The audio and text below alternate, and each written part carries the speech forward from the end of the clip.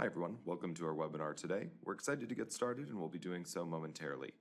Before we do that, we have a couple of housekeeping reminders.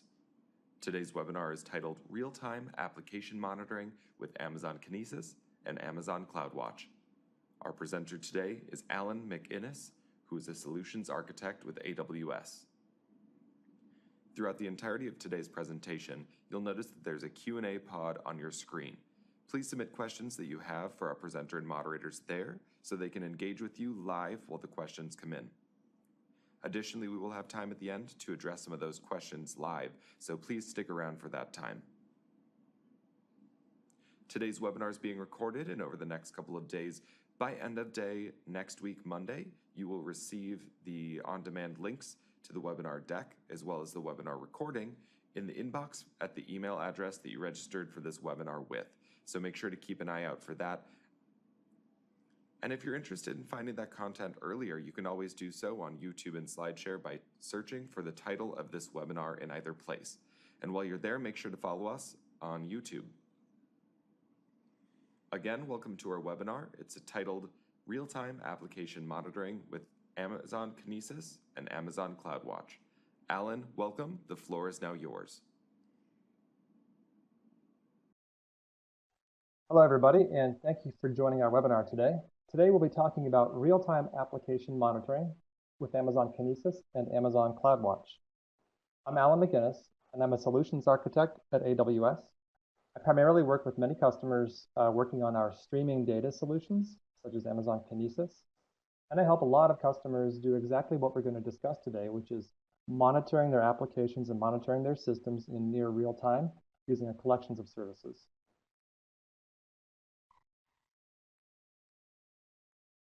So a quick overview of the agenda that we'll cover in the next 30 minutes or so. We'll do a streaming data overview so that we're all on the same page about what we mean by streaming data. And then we'll talk about some of the services that you use in AWS to deal with streaming data and to do the real-time analysis of your applications. And then we'll talk about some specific application monitoring scenarios. We'll get into some detail around how you can leverage some of the services that we've just discussed to monitor your applications. And then we'll do a quick example that demonstrates some of the things that we discussed.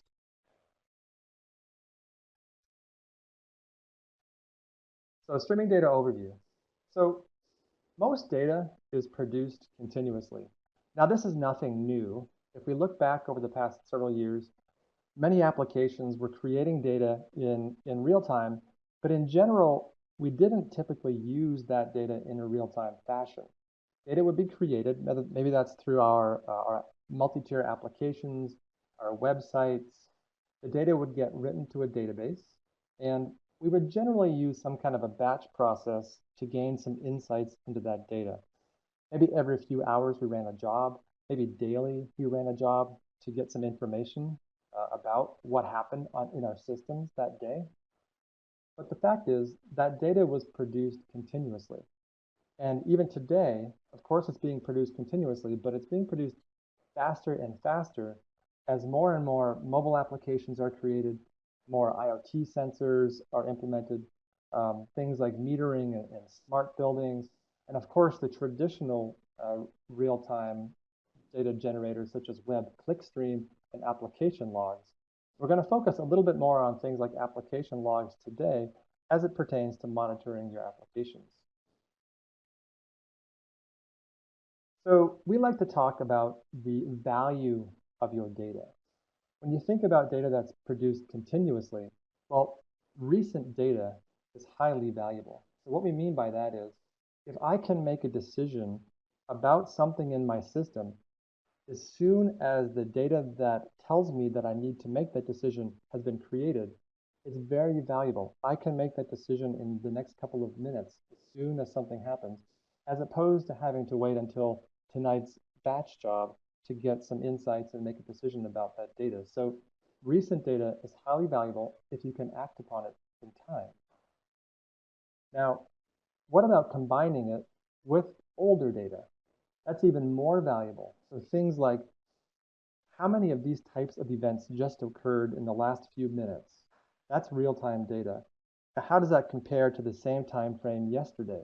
Or how does that compare to the same time frame last week, last month, last year. So now I'm combining old data with my current data, and I can get some insights into the trends of my data. I can get some insights into the performance perhaps of an advertising campaign as an example, because I can do minute over minute immediate near real-time analysis and compare it to older data, so I can see how my data is trending and how basically I can get some insights into that data right now that give me a lot of intelligence about things that are going on in my system. So how do you process real-time streaming data? So it's a multi-step process in general, and if we look across the top, we talk about ingesting the data, transforming it, analyzing it, reacting to it, and then persisting it somewhere. Now, not every case has to have these 5 attributes to be considered a processing real-time system. Many times you don't need to do some of these things depending on your use case, but it's a very common pattern. So what are the key requirements for building a system to implement these 5 attributes? Basically, my system needs to be durable. When data gets written into a stream in a streaming fashion, I need to make sure that it's persisted in a durable fashion so that when I consume it at a later time, I can be sure that it's available. It needs to be continuous. As data is created, I need to be able to consume that data in a near real-time fashion. It needs to be available to me fast. So what that means is, and every use case is slightly different. What fast means to some may be different than others. However, I need to be able to consume that data. Perhaps it's within a minute of the data being created, or perhaps it's even within a second. But in each case, it needs to be available quickly for my consumers to do something with it. It needs to be correct. So when I write data to a stream, as an example, semantics such as at least once or only once processing may be important for my use case. So I need to make sure that the data, because it's stored durably and is available to me quickly and continuously, it also needs to be correct when I process it. I need to be able to react to that data. So for example, if I'm doing anomaly detection in real time, I need to be able to react to that anomaly and take some action downstream. And of course, the system needs to be reliable. It needs to be able to respond quickly from failure. So if there's a failure in the system, it quickly comes up, and my producers and consumers may be unaware of any issues in the system. So let's take a look at the services that you can use to build a streaming data analysis system. The first thing we're going to discuss is Amazon Kinesis. Amazon Kinesis is comprised of 3 different services. We have Kinesis Streams, Kinesis Firehose, and Kinesis Analytics. Kinesis Streams is typically for developers, and what we mean by that is you generally have to write code to put data into a stream. However, we do have some tools that allow you to write to a stream without having to write code. But in all cases, you generally have to write code to consume data from a stream. Now with Kinesis Firehose, you don't have to write that consuming code. You can use the same tools to produce data to your Kinesis Firehose. However, there's a managed component to it that will take the data off of the underlying stream and write it to a destination. So think of it like a managed consumer on top of the stream. And then the third service is Kinesis Analytics. Kinesis Analytics allows you to analyze the streaming data that may exist in either a Kinesis stream or a Kinesis Firehose using standard SQL. And we're going to get into more detail about these 3. So Amazon Kinesis Streams, it gives you the ability to ingest and durably store streaming data at a low cost. And you build your own custom real-time applications to process that streaming data. So as I mentioned earlier, you generally have to write code to consume the data from the stream. If we look at this diagram, we see we have devices on the left that are generating data continuously and writing it to a Kinesis stream. And then we've demonstrated a number of different consumer options, from Kinesis Analytics to Spark running on EMR to your own custom code on EC2. Now, the Kinesis Streams service provides some read APIs that you can use. We've also provided a library called the Kinesis Client Library that makes it fairly straightforward to consume streaming data running on EC2. So when you write custom code on EC2, you're not left to your own devices to create the low-level API access, we give you a library that makes it much simpler. And then the fourth option diagram is custom code using Lambda. So AWS Lambda is our serverless compute service where you basically just write your own business logic using one of 4 different languages, either C#, Java, Node, or Python. And with the integration between Lambda and Kinesis, the Lambda subsystem will manage how the data is pulled from the stream. All you have to do is write your own code to manage the batches of data and do your processing on that data. And then at the far right of the diagram, this is the output of your custom application. So basically the streaming data comes in from the producers. Kinesis streams will buffer it for a period of time. The default is 24 hours, but you can extend that up to 7 days. Your custom logic consumes and implements your own business logic and then writes the data downstream. Kinesis Firehose, on the other hand, very similar on the left. It allows you to ingest data from a number of different data sources, but it gives you the capability to deliver that streaming data to one of 3 different destinations, either S3, Redshift, or Amazon Elasticsearch service. S3 is our object storage service, Redshift is our data warehouse service, and Amazon Elasticsearch service is our managed Elasticsearch. So if your ultimate destination for your streaming data is one of those 3 services, then Kinesis Firehose makes it extremely simple to ingest and persist streaming data. And the third service is Amazon Kinesis Analytics. So now that you have data streaming, either from a Kinesis stream or Kinesis Firehose, you can now inspect, analyze, aggregate, filter, do anomaly detection, these kinds of things on that data using standard SQL by building a Kinesis Analytics application.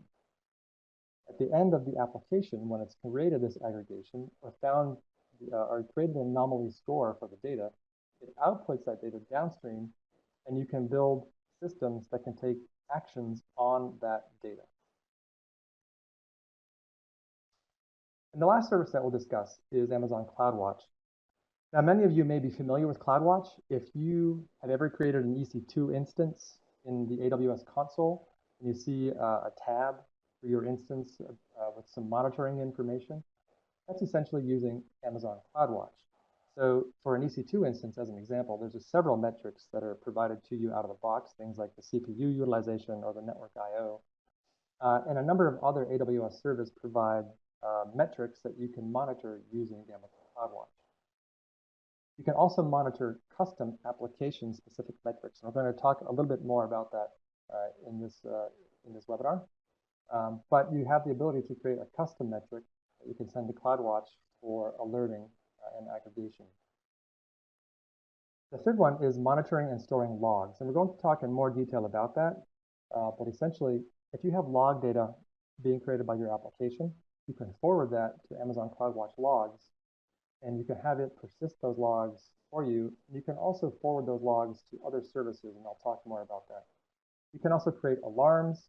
You can view graphs and statistics. You can monitor and react to resource changes using CloudWatch. Let's take a look at monitor and store logs in more detail.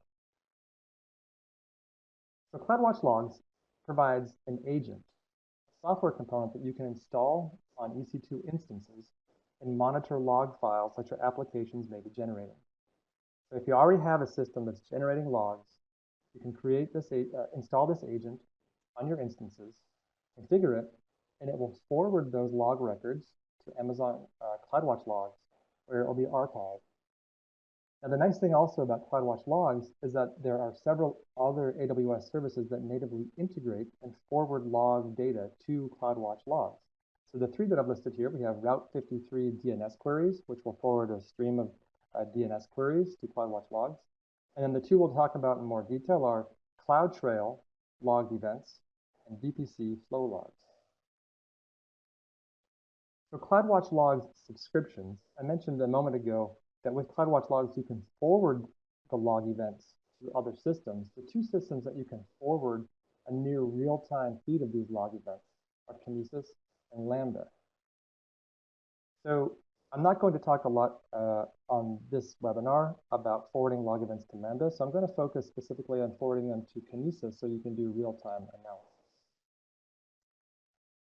So why would you want to forward the CloudWatch logs to a service like Amazon Kinesis? There's several reasons. If you forward it to Firehose, for example, it gives you the option of now storing these CloudWatch log events to services such as S3, Redshift, or Elasticsearch. So it gives you a lot more flexibility in where your event logs will be persisted. It also gives you the capability to use Kinesis Analytics to perform near real-time streaming analysis to do things like anomaly detection or real-time aggregation. And then you can also forward the data to a Kinesis stream. And as I mentioned earlier, with Kinesis streams, you can create your own custom stream processing applications where you can then forward that data to alternate data destinations. Perhaps you want to store some of that log data in a relational database. Perhaps you want to use the information in the logs and send it to another service that's a part of your system.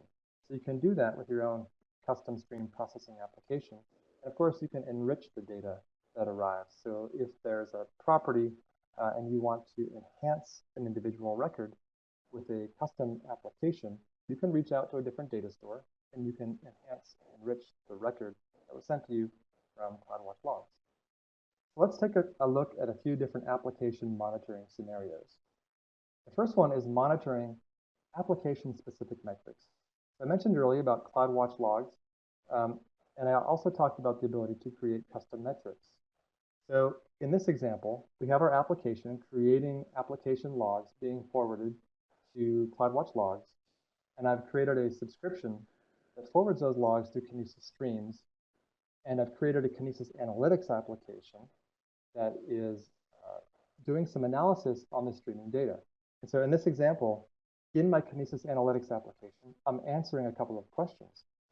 How many active users over the past 15 minutes did I see in my system? Or perhaps my application is some rich media content that I have many users reading articles on my website. So I can then do an aggregation and say, what are the top 10 articles that were read in the past 30 minutes? Now, once I get this aggregated data, I can send it downstream into something like Kinesis Firehose, where I can persist the raw data to S3.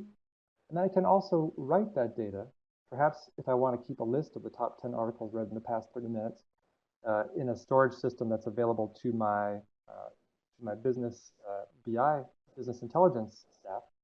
They can run a query on Dynamo and say, oh, these are the top 10 articles that were read in the past 30 minutes. And then they can make some fairly immediate decisions about which articles are working well on the website and which articles are not. And then I can also filter unwanted log entries. Perhaps my application is logging things like debug information into a log file.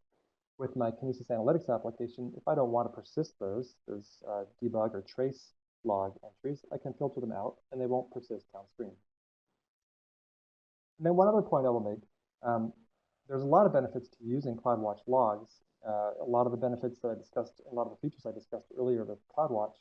However, if you just want to send your log data and have it persisted in S3, and you want to do some real-time analysis on it, particularly if you're doing things like aggregations, you can send it straight to Kinesis service without having to go through CloudWatch logs first. So while there's lots of benefits to going to CloudWatch and CloudWatch logs, it's not strictly a requirement to answer the questions that we just answered.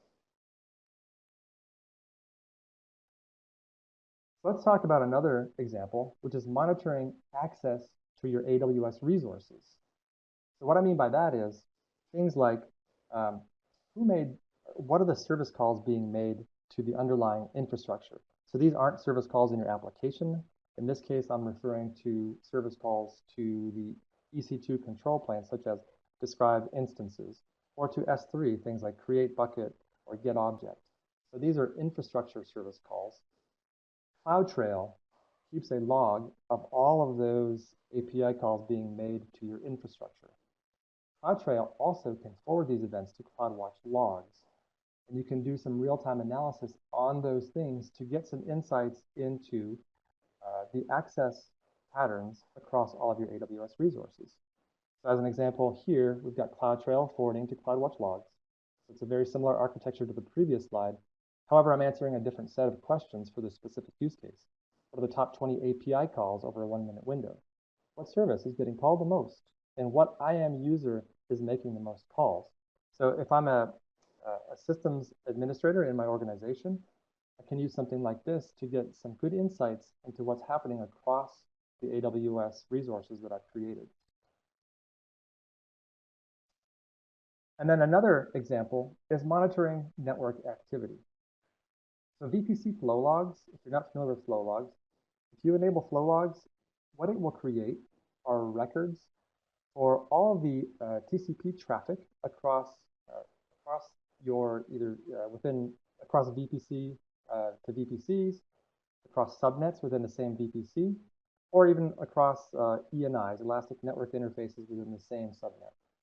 So what we're looking at here is an example record, and I've highlighted just a few properties of it, but we can see for this particular record, we have the source IP address and the destination IP address, and then we have an action. So whether that particular IP set of packets was accepted or rejected by the destination. So how can I make use of this to monitor my system? IPs themselves, while very useful, oftentimes don't tell me which part of the overall system, which application does it belong to. And so I recently worked with a customer who built this system. They have a very large infrastructure across many VPCs in many regions and even many accounts. And they maintain a mapping table that contains all their IP addresses and which applications in their overall system those IP addresses belong to. And they get a lot of insight into their overall system by streaming their VPC flow log data, enriching it. So an IP address may arrive, and on its own it means nothing, but they enrich that record with the application name, and then they can do real-time analysis based on the application name. So for example, there may be 4 EC2 instances that compose a single application. So they maintain a map of those 4 IP addresses to the same application name. So then when they see those IP addresses arrive, they can do a lookup and attach the app name to it, and now they can do their aggregations based on the application name. And so they maintain that in a DynamoDB table, and they built some bootstrapping into their resources such that when they come online, it updates this table. So they always have a real-time map of IP addresses to application names. So let's look at a few of the things that they have gleaned by doing this. So one of the things that they wanted to discover is something wrong with the network. So as an example, if we look at this particular set of services, we have 2 different accounts. Each group is running in a different availability zone, and we have a number of different services, A through F. Now we can see here that service A uses service D. But what happens, what they noticed by doing the real-time analysis is that in some cases, service A was not communicating effectively with service D. Either the degraded or non-existent connections were being made between the 2 services. However, other services like service B that did depend on service D and was running in the same availability zone were working fine. This gave them an indication that perhaps there was a bad deployment of their service that they made. Perhaps there was a bug introduced or a configuration setting that was not accurately created when they deployed. That's one great thing that they can see by analyzing the network traffic in real time. Another example is, what if none of the services in one particular zone could reach the services in another zone? Well, in that case, it might indicate network problems, or perhaps a misconfigured security group, or something that was misconfigured in the overall network when they did some deployments, or perhaps somebody went in and made an accidental change. These are some great things that they can see by analyzing that data in real time.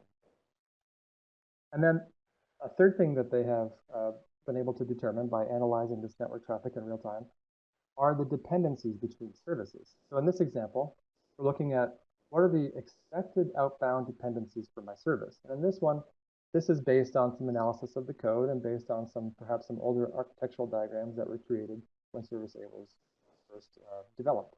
We can see here it has a dependency on Redis and it has a dependency on some MySQL services. However, by doing some real-time analysis of the traffic pattern, we can see that service A actually depends on a number of other services, such as MySQL and Redis, which were the two original ones that we were aware of. However, we've identified S3 and DynamoDB and another service that the team has created. So a great way to get some dependencies created for my applications.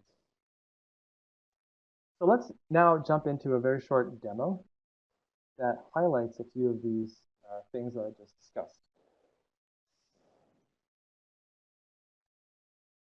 Great. So what I'm going to do for the demo is I'm going to log into console, AWS console, and I'm going to show you a very simple example of writing a stream of records. And in this example, these will be examples of application-specific records. I'm going to write those to a Kinesis stream and do some real-time analysis on that data using Kinesis Analytics. So I'm going to go into Kinesis. And you can see here are the three different Kinesis services that we described earlier. If I go into the Streams console, you'll see I have a number of streams. The one in particular that I'm interested in is called Webinar Demo. A webinar demo is very simple. It has one shard. I know we didn't discuss shards previously, but a shard is a unit of scale for a Kinesis stream. So the more shards you have, the more records per second can be written to your stream. And then let's go into the Kinesis Analytics application. So I have webinar demo application as an example right here. This is the application that I've created. And we can see that it's going to be reading from the webinar demo.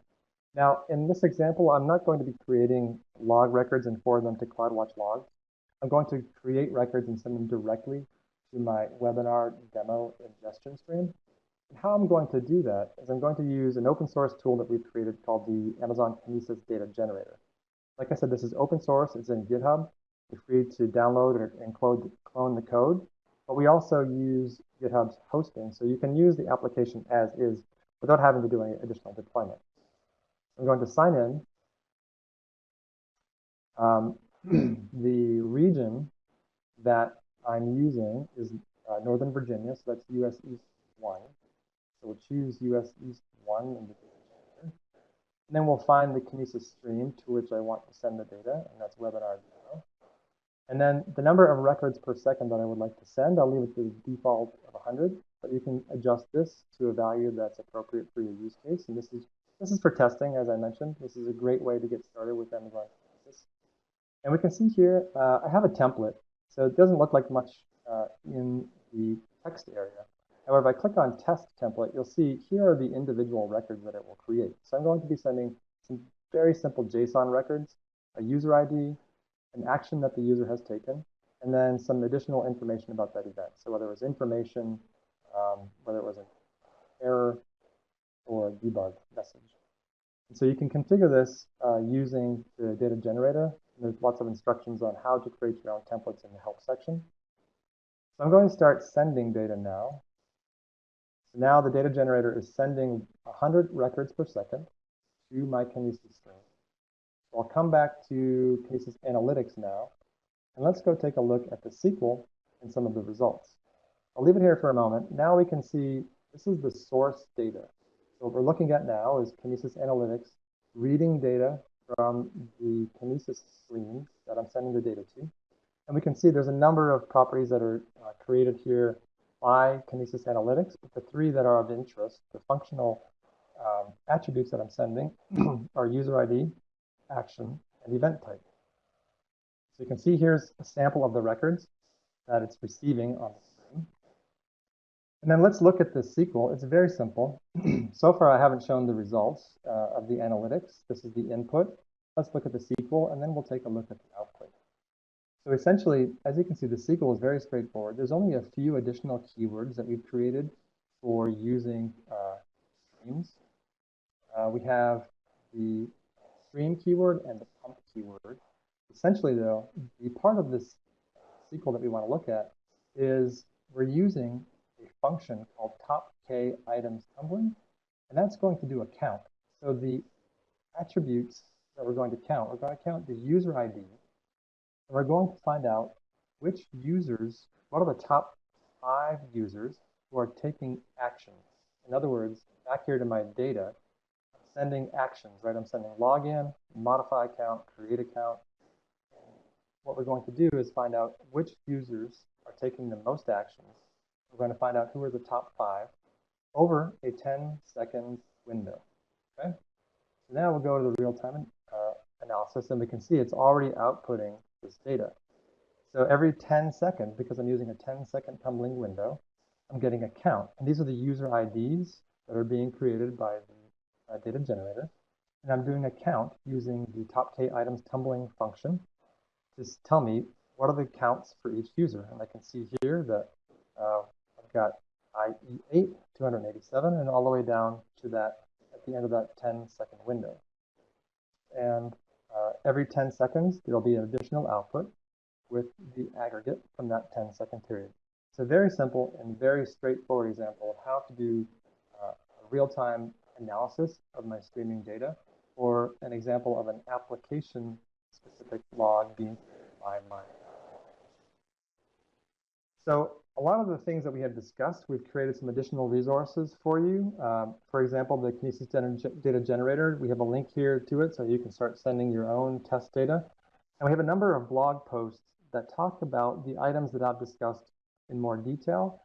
I'd like for you to, I refer to those for you to go check out and learn a lot more about, get some ideas about real-time monitoring of your system. And then, of course, we have some links here to give you more detailed information in the documentation about Kinesis and Amazon CloudWatch. So thank you very much for your time today. I hope you learned something today about analyzing your applications. Awesome. Thanks so much, Alan, for a great presentation and a really cool demo as well. We're going to be switching over to our live Q&A here momentarily. Over the next couple of minutes, please give us some feedback when you see the polls appearing on your screen, and make sure you stick around to hear your questions get answered. Again, if you have any feedback for us, drop us a line at aws-webcasts@amazon.com. Again, that's aws-webcasts@amazon.com. Thanks, everyone. Enjoy the live Q&A.